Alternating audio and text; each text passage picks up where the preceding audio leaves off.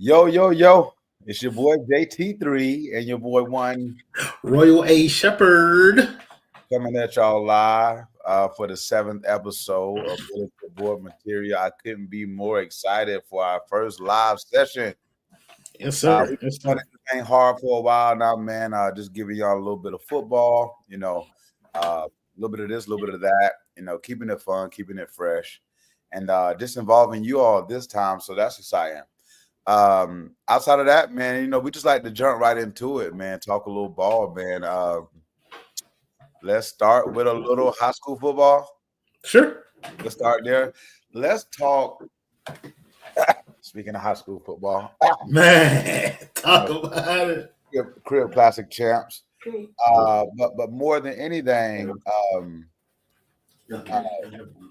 we're saying to ourselves, where are we? Like in the world of portal, NIL. It's made its way down to the high school ranks to where kids are definitely more interested in schools that can do a bit for their status, their value. It's almost like college before college now, to where I see more than ever now that it isn't good enough like to win a state championship anymore, right? Just to touch on, they had the kid go from West Boca. Mason Mallory had him go from West Boca to St. Thomas after winning the state championship, right? And then we also just saw a boatload of kids go from St. Thomas to Chaminade, Travaris Finley, TJ Finley. And just in general, like, we're done with the day of being at a school for longer than 2 years. If you don't make an impression on a kid now in the first 30 days on campus, like he's liable to be on someone else's shortly after that. Roy, you give me a little bit to how you feel about this new era of sports and how the kids are so flexible and moving around. You're seeing how the trickle down. You're seeing how like the trickle down effect of like paying kids is starting to work, and they're not doing that. I'm not saying that they're doing that at the high school level, but just kind of like the way that it empowers players to move and the freedom of choice that it gives players to be able to pick kind of where they're receiving their education and where they're placing their talents. Like that is a byproduct of kind of the NIL kind of structure and system that's in place at the college level. And now high school kids, in order to prepare them for that, you have to start treating them that way a little bit earlier than we did before. And again, like you've said this over the course of the couple of weeks that we've been doing this, it's starting to get to the point where we're starting to treat kids like professionals.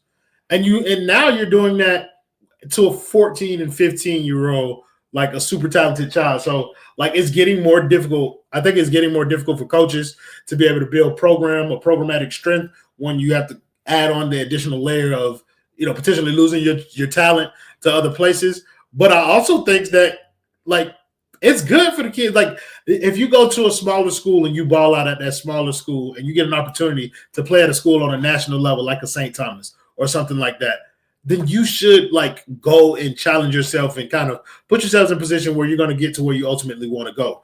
But again, like looking at it from the perspective of like coaches and stuff like that, it makes it extremely difficult for people to be able to kind of build a program, have kids stay, have things to show for your work with children. Like if you're a coach, it's easy now to show, I built this kid up from this to this in the 4 years that I had him. Now you have a year, and essentially you auditioning for that kid too. So it's a tough circumstance to put yourself in as a coach. Even tougher for parents to figure out like where's a good place for the child to go. But I think it's ultimately preparing them for the world that we've entered with NIL and treating amateur athletes more so like professionals than previously. I mean, it's the perfect recipe to turn this into the like Wild Wild West. But there's a trickle down effect that kind of goes on as well too, right? To where okay, I started the conversation about the kid moving from West Boca, Yeah. but then we lose our starting quarterback at Ely to West Boca, right? Kid throw for over 4,000 yards, and nothing wrong with him taking his game to new places. I think that identify well for one, it's a win-win. there's a chance for the kids to market themselves when they're dropping their transfer posts and all that is cool, right? But they're also marketing that there's a position open at the school that they left, which is okay. Um, and I think they make room for that guy who wants to come in and throw for the next 4,000 yards, right? Yeah.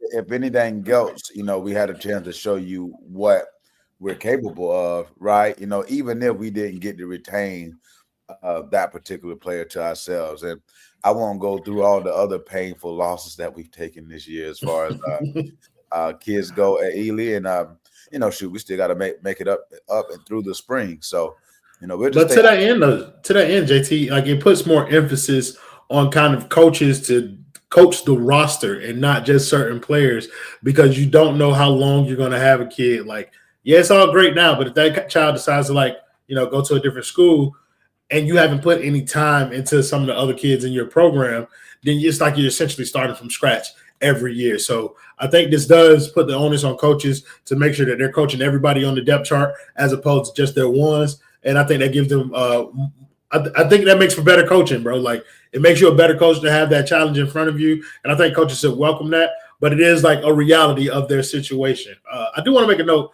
that since we are live, you guys can interact with the show, but only through YouTube. Instagram does not allow people to comment and stuff like that. But if you go to the Crew Sports Media YouTube page, make sure you subscribe. You can find this video live there. If you want to, throw your comments up on the screen, we can do that. But leave us a comment, leave us a like. Make sure you share this video. We're trying to grow this page, grow this platform, and make sure that anybody who's interested in this type of content gets an opportunity to see it. So y'all help us out with that. Appreciate it. And while we have a second, we always take a second to shout out our day one sponsors and supporters, man. Shout out to Basement Sports Network.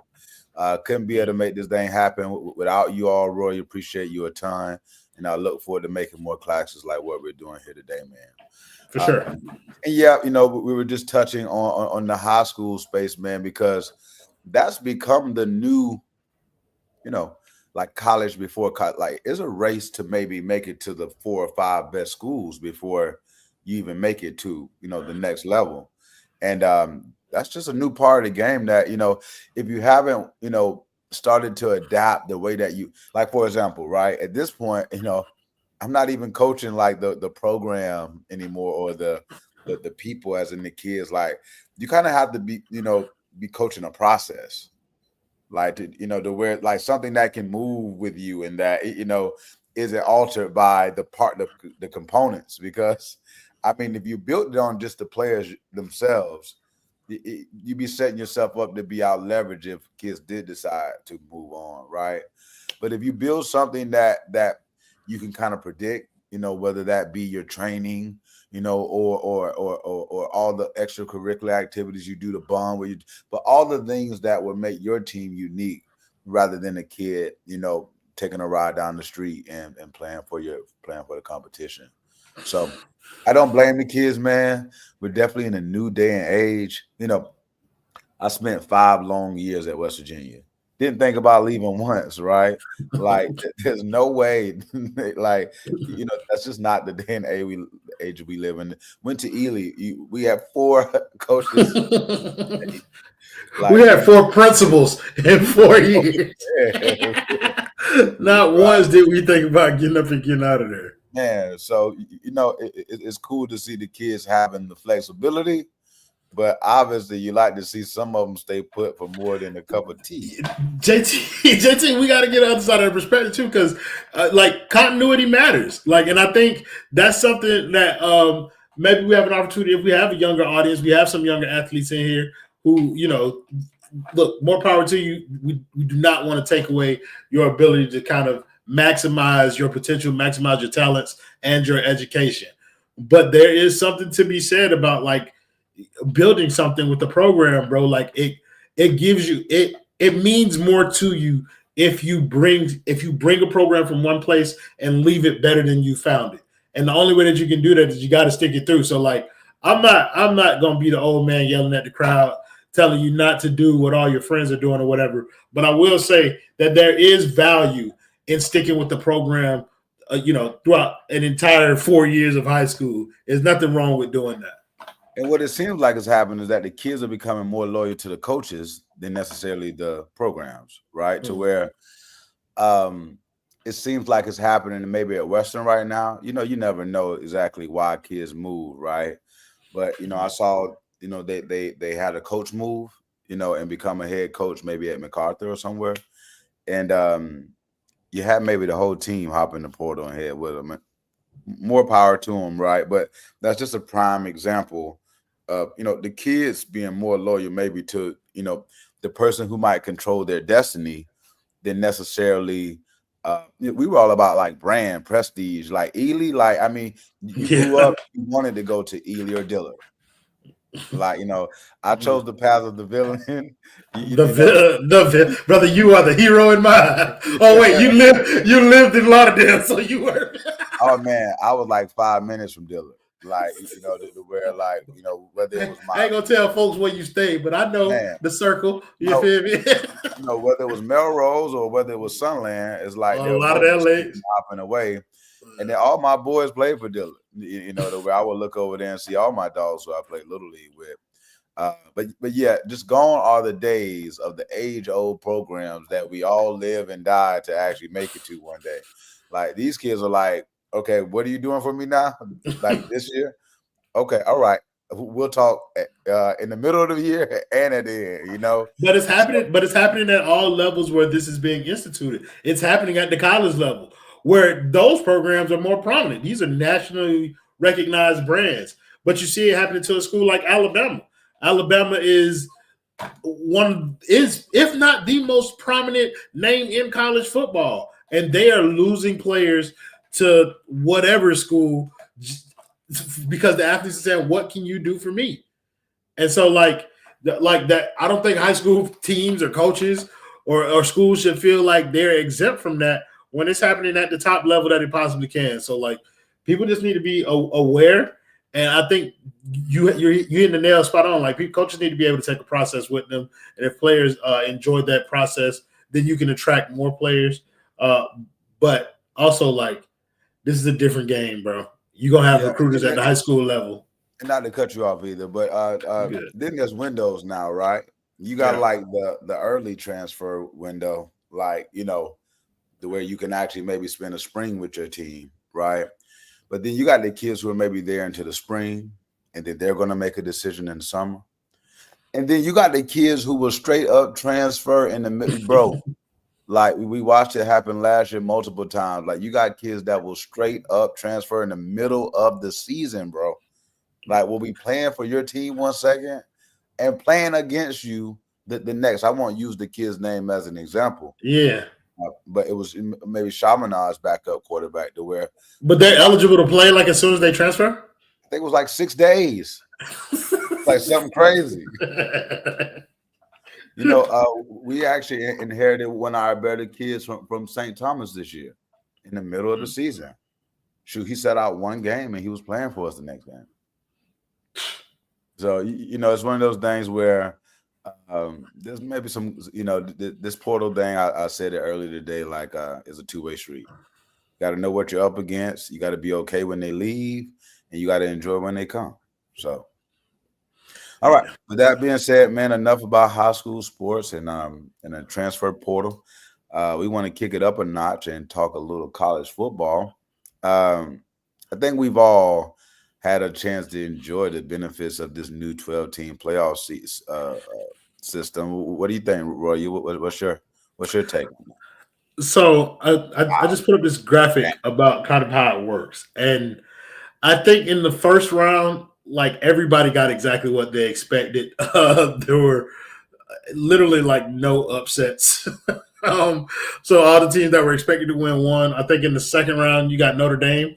That kind of upset everything else. But I think over the course of this entire project, what you've seen is that the college football playoff committee still has some work to do in terms of figuring out the best formula to maximize the product that they're trying to put out there. The most deserving thing is a feel-good story. And I mean, shout out to those teams. They do work hard. But when they get put into that ring with them dogs, like it goes exactly how people think it's gonna go. Like you're not competitive in these games. And I don't care if you went through the entire Sun Belt Conference unscathed. It's not going to work when you play in LSU or something like that. So I think what I would suggest is, like, although this has been entertaining, and I think at the end of the day, right now we have the best two possible teams from that playoff grouping in the championship. I think. Mind if I can look at it again? Like, there's only really one part of the bracket that we like. For example, Notre Dame just threw me all off this year. They don't earn my respect at this point. You know, I might have had them losing 3 or 4 times, and they just, you know, kicked me right in the face. Yeah. You know, the SMUs and the Boise's, we almost. You know what I'm saying? The Indianas, yeah, the Tennessees. The Arizona States of the world, but I would say this: they play hard though, bro. Like Arizona State play hard. They did. They play hard, and they admirable. Yeah, and their running back made a name for himself. Scotabo, he made a name for himself. Right. You know what it felt like? It felt like a Cinderella moment. Not necessarily. He really like you get your teeth kicked in that game, but like, okay, we got something out of it. Yeah. And I just feel like that's what the regular season for, bro. Like, I think the college football playoff should be used to find who is the best team in the country. And I think I got you. Go ahead, finish that. But yeah, and I think what it is, like, they started to blend in, like, who is the most deserving instead of just putting the best teams in there. And I know it's a subjective who the best teams could be, so you need to have some kind of formula. But I think leaving teams like Miami out of this tournament was a mistake. I think leaving teams like Alabama out of was a mistake. Like, mistake. You know what I mean? Like, you had teams that were clearly that were better teams. You know what I mean? That could have made this a more entertaining product. And we were robbed of that for teams who were deserving. Like, nobody cares. Like, you know what I mean? I know that might hit you a little bit differently because. Now I get what you're saying. Now West Virginia. Now we the represent. Like that's what we do. We upset. Like we are the underdogs. Now with that being said, there's 2 dynamics of this bracket that I want to break down. One, Ohio State. I knew once they dropped that game to Michigan, bro. I said they're gonna have a chip on their shoulders for the remainder of this whole deal. So they're playing hard. You know, shout out JJ Smith, Broward County's own. We got another one on there as well too. I'm sorry, did I go out just then? No, you good. Dade County got one over there at wide receiver. The one actually over there at wide receiver. It's Brandon Ennis as well. He's over there as well too, and they may have one more. So it's great to see our Broward County boys doing their thing. The other dynamic is this. So Notre Dame, great. They're competing their butts off. They deserve everything that they get here, but they didn't play a conference championship game. You know, they're independent. They're not in the conference. You know what I mean? And so there's a couple things that happens there. Your earnings from this playoff deal, it's split between you and your conference. So when you come from like they made maybe $14-20 million this year that they're going to keep all to themselves. So from a competitive standpoint, to an earning standpoint, man, they got to do a better job at reeling this thing in a little bit. I mean, if you didn't have to play a conference championship game, bro, like you probably say maybe 2 or 3 of your players from being seriously injured. But JT, bro, like they're in the championship game. Does it not justify them being in the tournament? Like, I understand what you're saying, like, but they made it. They beat teams to get here, and not just like Rudy Poots, bro. They beat real teams. Well, they beat Georgia. They beat Georgia. Penn State. I get what you're saying. Like they beat people to get here. You know what I mean? So like, I hear it. Like, one of the requirements, conference champions make it in, so you get this. I think that route is harder. Like, you don't have a conference championship, so your season as an independent needs to be impressive enough to overthrow like conference champions and to get yourself in there. And I think shout out to them, they were able to do that. But like, I hear you, bro. Like they gonna have to commit somewhere, bro, because you can't just be out here playing anything, have a good season, and then they throw you in the playoffs. Otherwise, we run into the most deserving thing again. Yeah, and then the committee, man, I think that's a joke on us. Like, I think that's literally a joke for the consumers to wrestle over, like, about how undeserving the committee is at this point. I mean, it's kind of a grab bag of personalities. None seem to quite be football people, but they should know how to sit around and watch a game together, kind of thing, right? I think it's interesting, like them adding that component once again. I think it's just to piss a few people off, and to shake things up a little bit. We kind of don't know what we're going to get from year to year. We're having that board in place, so I see us one day bringing like a commissioner to the table, like a la Nick Saban to the playoff committee.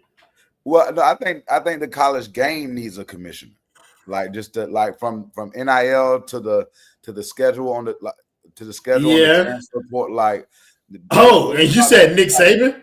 That's what I mean. Like all of those things, like need to be addressed. I don't think Nick Saban is the name here, but I do agree that college football needs a commissioner. Like I think that's a great idea. Who that person is, up for interpretation because who is his boss? You know, like NFL commissioners, their bosses are the owners. Who's the NCAA? Like who would his boss be? Who does he answer to? Like who is he here to represent? And then if you got a commissioner who's, let's say for instance, the universities, if you got a commissioner to represent the universities, then don't we now need a players association for kids like that? Like you're starting to get into tricky territory. So now you walking down like a dangerous, but now you walking down a dangerous game. Like who do they send up there to negotiate on behalf of the players? Like you take the quarterback from all quarterbacks ain't smart people. DJ, you're too late. DJ Tucker, my Lord, he going up there, huh? They don't even want him in Florida State no more. Yeah, I get you, Sam. So it's like it's tough. You got to reel it back in though, bro, because we've gone from 0 to 100, like to where, like what stops you from picking up a bag here, picking up a ring there, like you ain't contributed nothing to a program yet, like you only picking up bags and rings wherever you go, like. That's tough, man. And what's even more sad is that seems to be what most of the kids want. They want a chance to experience maybe a couple of different things.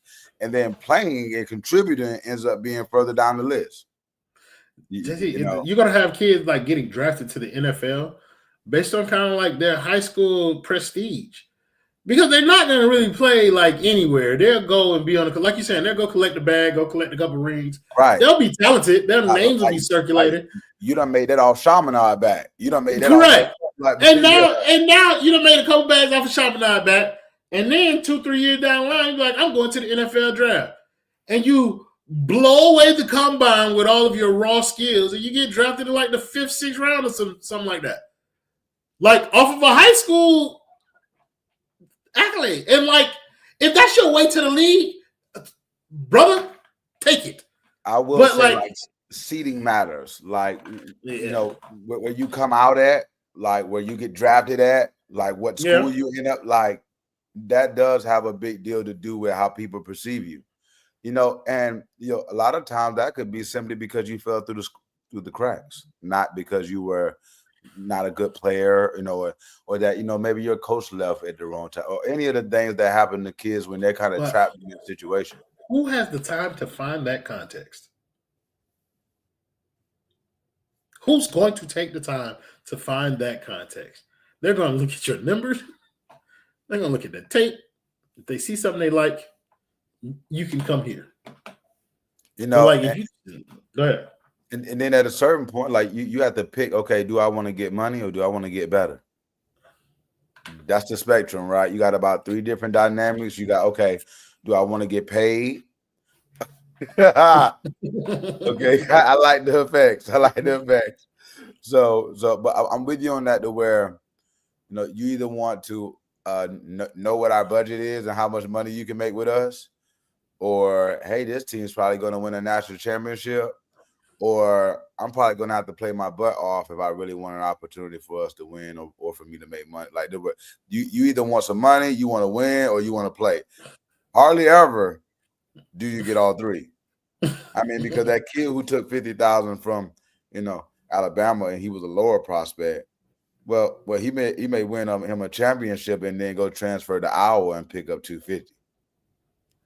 And at the end of the day, this kid is thinking about this stuff the whole time that he's, But if I go to Iowa, if I pick up that 250 at Iowa and I go to Iowa and ball out, like if I take that coach in that Alabama from that first year on that 50, and I win me a national championship, so I done got the ring, and then I transfer to Iowa for that 250, but I work at both of them, and I get an opportunity to play at Iowa. I feel like some students are gonna do this. They're gonna chase the next 250, as opposed to like staying at Iowa and giving them a chance to make more at the NFL level. Like if you develop if you're a good football player, bro, the NFL gonna find you, bro. I believe that wholeheartedly. And if you do your work, then you can get drafted. But I see with this program, like people gonna be flashing dollar signs in front of these kids' places. And 250, like I can't ever say I've personally had $250,000 in my bank account at one time. I have not. But I know $250,000 can be gone very quickly, in less than a year, especially if you're a college student who got $250,000 just laying around in the bank account. I mean, first, put some tax money away. If they haven't taxed it up front, just make sure you work that part out. Save some for a rainy day. I mean, if you do it right, you can be set up for the rest of your life. Yeah, don't let that money burn a hole through your pocket now, because I know it's in that bank account and you're looking at them zeros. Like, give yourself a budget. Slow down, young fella. Come on now. Get your high yield savings account, get a Roth IRA, something. But like this, don't worry. We should have an episode about financial literacy with athletes. We will have an episode about financial literacy. Yeah, because I think that's an important topic, and I would like to talk to some like people who are good. We can talk about that later. Yeah. But like I do think that there's a lot of opportunities that can be had and that can be missed based off of kids chasing the bag, and so that's where this game is headed, bro, at all levels. And I feel like it's going to do a disservice to a lot of powerhouse like programs. So like you're going to see a lot of programs that are historically good become a little bit worse, and a lot of kind of mediocre programs kind of rise up. And I'm not sure if parity is good for college football. I don't think it is. I think that's what that's my overall takeaway from the college football playoffs. Parity ain't good. Give me the teams that I want to see duke it out. Okay. All right. So, and I'm gonna check right here with the audience real quick. I grew up tripping with Janae. Just says, when does the 7-on-7 team happen? I want to know. She says my 11-year-old son wants to know. So, not only am I going to answer that question for you, we're going to throw that in the show a little bit. That's on IG. Yeah. I can't bring in. I can't bring in IG comments. I want to make sure that people know that. So if you're watching us live on IG, travel over to YouTube, find Crew Sports Media, join the live version of this video in Crew Sports Media, comment in YouTube, and then we can put your comments on the screen. So if you have questions, JT can just read them straight from here, as opposed to having to check over on the Instagram. But for now, first live time, we're going to do it this way. But go ahead and answer the question. Yeah. So, what I did was put something out there because I see 7-on-7 as a vessel, a platform for the kids to stay sharp on the off season. I don't think it should be put in front of the weight room. Like you should be hitting the weight room hard at school during the day if you're on weightlifting, or right after with your coach. And then if you have some time left and legs left to make it to the park to play 7-on-7, great, especially for the high school kids. Now, my younger kids who might be 11, okay, you may not have a full-out training and strength program to work through, but yes, you still want to stay sharp in the off-season. Roy, I just wanted to check with you and see what you thought about this whole 7-on-7 era, because just know from January to June, from battle to pylon. There's an event after. I mean, I almost get wore out with all the different events that we have down here every weekend for 7-on-7. Yeah, so 707 is an awesome vehicle for skill position players to kind of get that work, stay sharp, like you're talking about. I think it's a South Florida showcase most of the time. Speed kills in that arena, and we got it. Sorry, Texas. Sorry, California.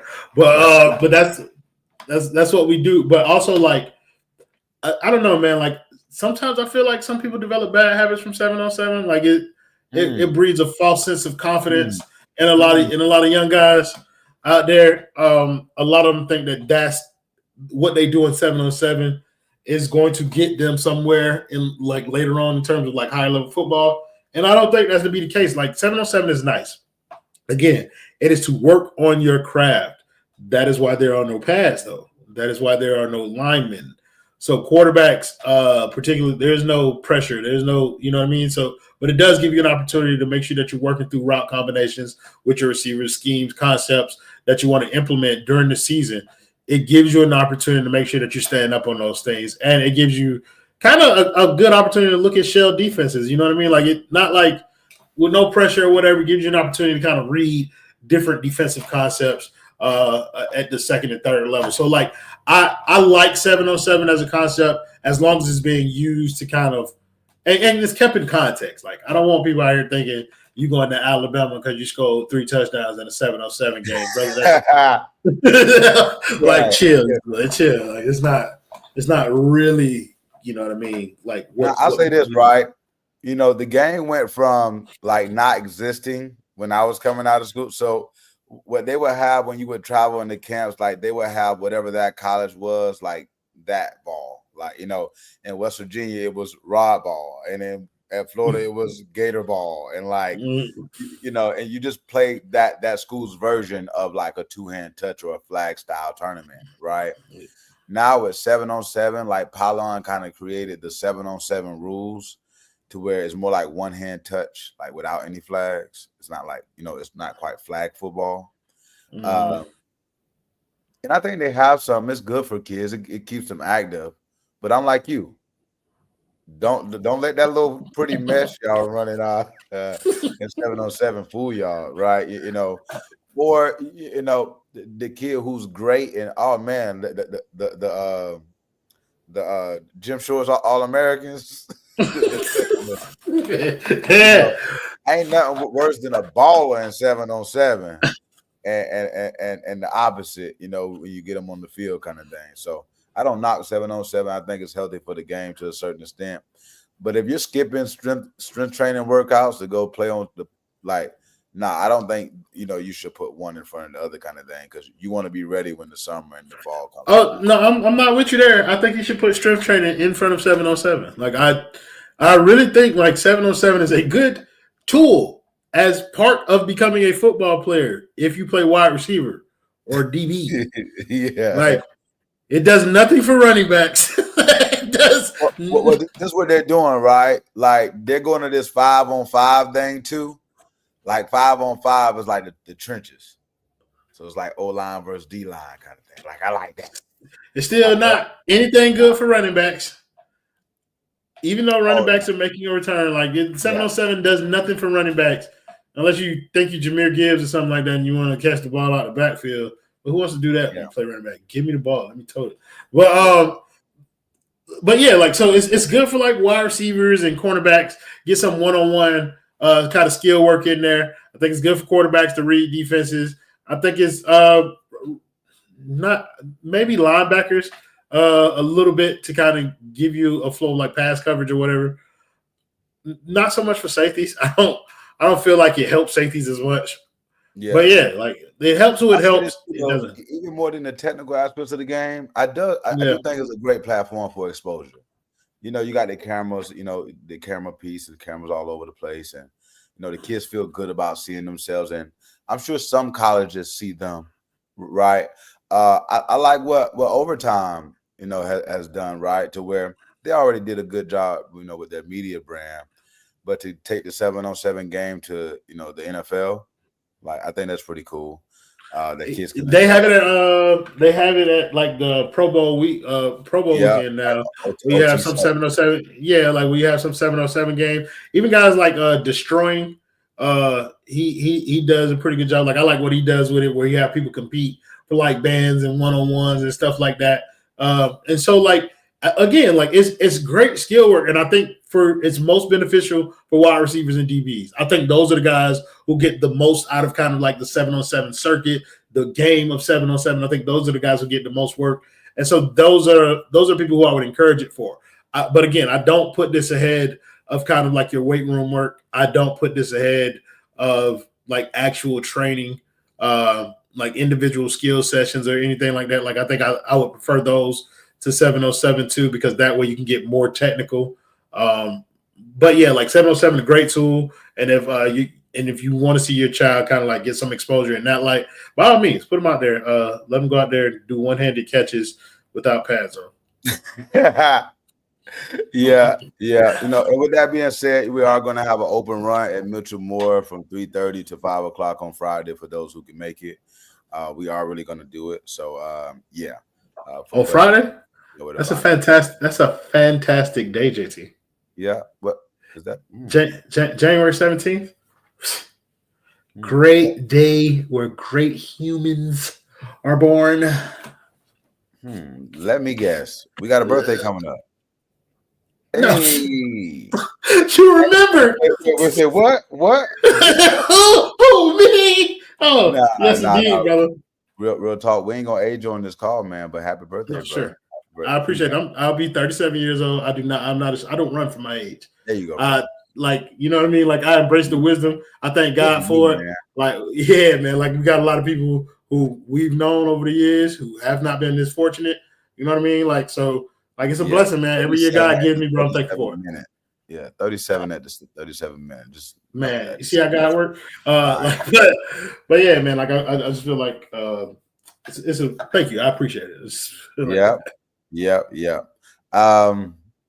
So we've talked a little high school, we talked a little college.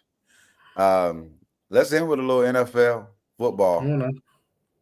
It's everyone's favorite time of the year. At least that's what the ratings say. You know, we got some NFL playoff football. Yeah. And we had some upsets last week. Well, for one, let's start in this top left corner, right, bro?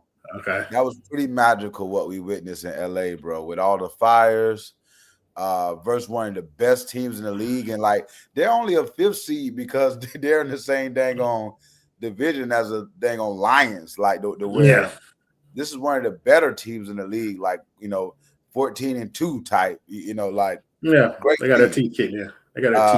Yeah, but like when people are playing together for passion, bro. Like when you have something like went on in LA, and God bless every soul over in LA. We got some good friends over that way as well too. But then every now and then some things happen and you realize that ball is just a game and that life is much bigger than that. And then like you get to see humans come together, like humans coming together, bro. Like it's a special thing. You have to watch out like for like human connectivity, because like once you get a few souls believing in something together, bro, it's powerful. And everyone in that locker room knew that the Rams needed that win, like that it wasn't for just the organization, that it was for an entire coast. And it was pretty cool and special, bro, to watch. Did you get a chance to see any of the ceremony, any of those things? For sure. I watched the whole thing. And I'm glad that you're here so that you can kind of show people that this show has a heart and that we actually care about the events that happen in California. But the reason that I'm here is to tell y'all that the reason that Minnesota lost that game is because Sam Darnold was the quarterback. Listen, bro. Look, bro, I get it. I agree, and I think everything you said is true. I do think that the Rams rallied around each other. But, brother, you're not going to tell me that them, 3 interceptions had nothing to do with it? He couldn't get it going, brother. He couldn't get it going. Right. And I think they have them. They like, and this was a game that he absolutely needed to play well in my opinion, because despite he had a phenomenal season. Want to give him that. This is the best ball that we've ever seen him play. But when they're trying to decide whether or not that you need to be paid or whether or not they need to move, you got to win that. You got to win that. You know what I mean? You got to take this job. You got an opportunity right now to take this job, even if it's from a rookie. Like, this is the NFL. Your job is not safe. You needed to take this job, and you went out there and you folded. So you know what I mean? Like, I ain't gonna spend too much time because we short on time. We got a couple other games that we want to get through.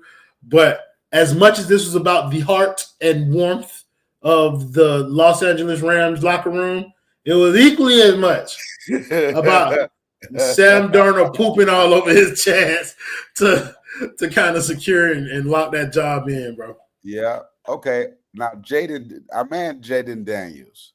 Hey, bro. Like, how about this kid? Huh? Hey, brother. Like, ice cold. Like, putting the team on his back.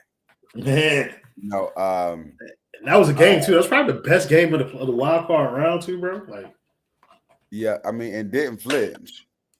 Like, I like this kid. I like when I see that. A lot. I like when someone's scoring you in the last few seconds and you see someone's eyes light up. Like, yes, I get to pay their souls. In they crib. Yeah, it's really cool to see. He's definitely the next star in the NFL. That's a dog. Who else we got? He's definitely a dog. But we got we had the Chargers versus the Houston Texans. That game we saw Justin Herbert kind of fall flat on his face. I think he threw 4 picks in that game. He was awful. Even more than Herbert though, man. D'Amico don't play, man. D'Amico's a great coordinator, and I think he should get a little bit more respect. And as a head coach, in 2 years, D'Amico Ryan has won 2 playoff games, and I want people to be conscious of that. So he won a playoff game last year, and he won a playoff game this year.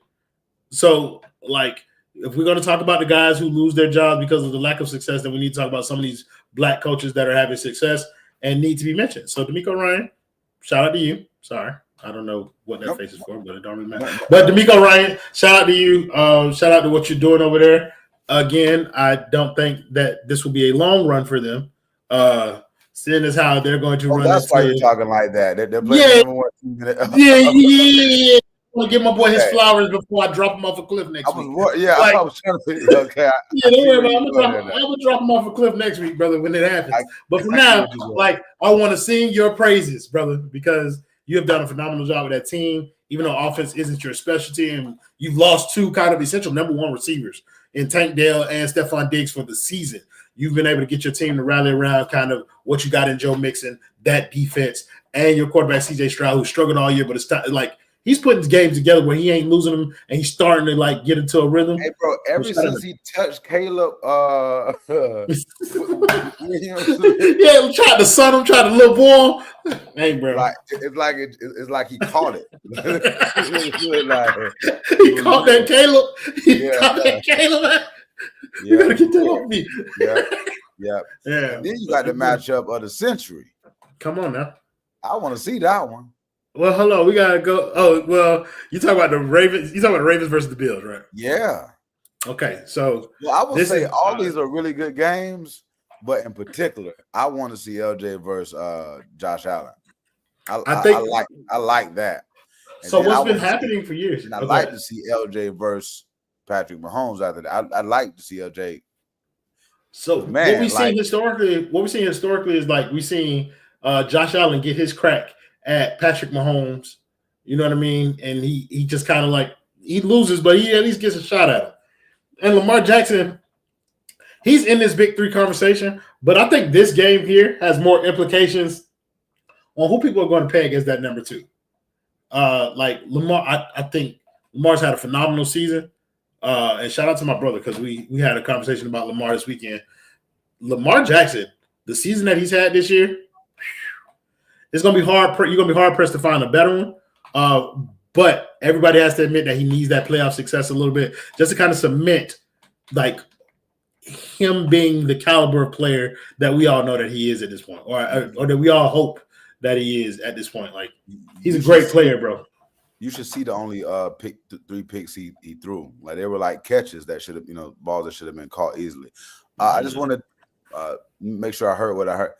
Let me hear you whistle one more time. Don't worry about it. Okay.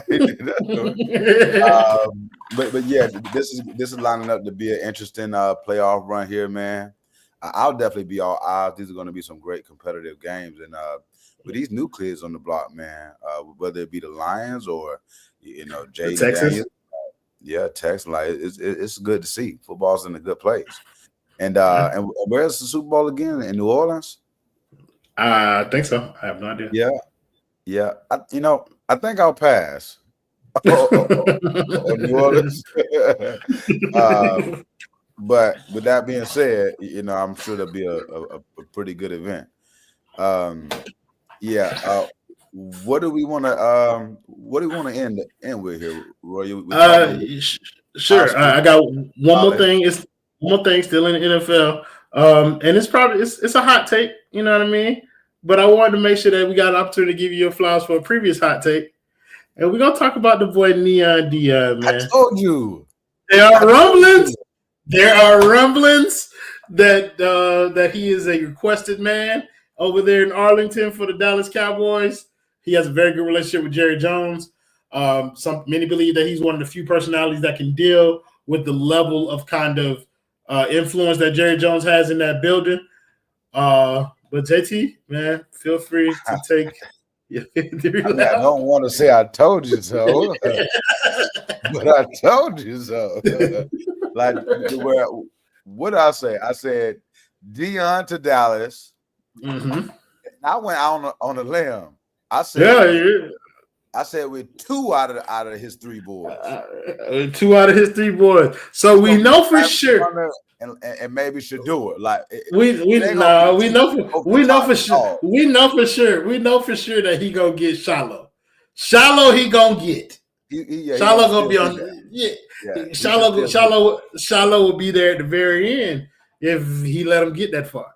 But he want to see his boy hear his name, so he gonna get Shiloh somewhere deep down in there. Travis Hunter getting snatched off the. I'm talking about like when you see them make that trade with the New England Patriots, you know what's up. Okay. The New England Patriots are the number 1 pick. The New England Patriots are the number 1 pick. Not the number 1. I'm sorry. They have like number 6 or something. If he gets up in that range, let me make sure I check the NFL draft order just to make sure that I'm not, misleading people. So we got Tennessee at 1. New England has 4. So New England in the 4th spot.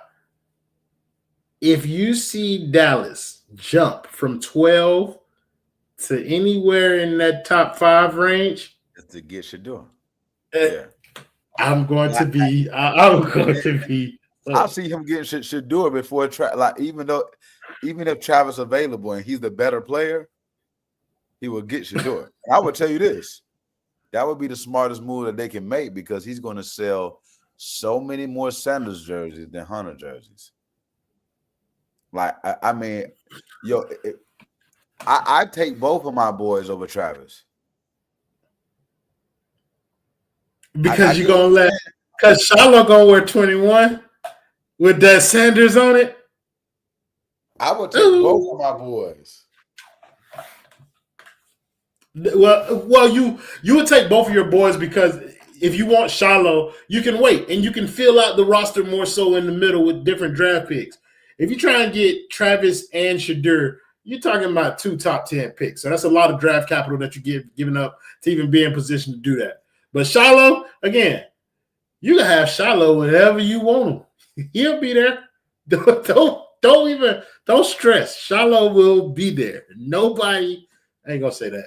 That man has worked hard. I want to shout out Shiloh Sanders for his career. Hope maybe one day we might be able to speak to you in person on here. Let me just and so I'm gonna end it at that. I think we could go ahead and close it out because for those of you watching from the basement, y'all know that we do have a Miami Heat game tonight at 10 o'clock. Y'all can catch us over on playback.tv/the Basement Sports Network, where we're gonna go live. You guys can jump on stage with us, watch the game with us, come laugh, chill, whatever. If the Heat suck, don't worry about it, bro. We won't be talking about it anyway. But yeah, ZT, final words for the stream. Yeah, a few little last minute shout outs, man. One to my boy Sean Pascal, that boy Lil Chud, MVP of the Robbers. They game brought it home. Another person just joined. That boy want to stay ready. 12. My dog Ryan Lewis just got the promotion over at UAB. Got my boys over at Norfolk State, as well too in Akron. All my guys going up. Just wanted to shout out all my coaches out there as well too, man. So, other than that, man, always a pleasure having y'all with us, man. Major shout out to the Basement Sports Network for being there for us. And we just want to continue to bring y'all high quality content. Y'all will see the show get better and better, from the nuts to the bolts. Wait until you see who we have for you next week. And other than that, man, just stay ready, man. Look forward to seeing us soon. Peace.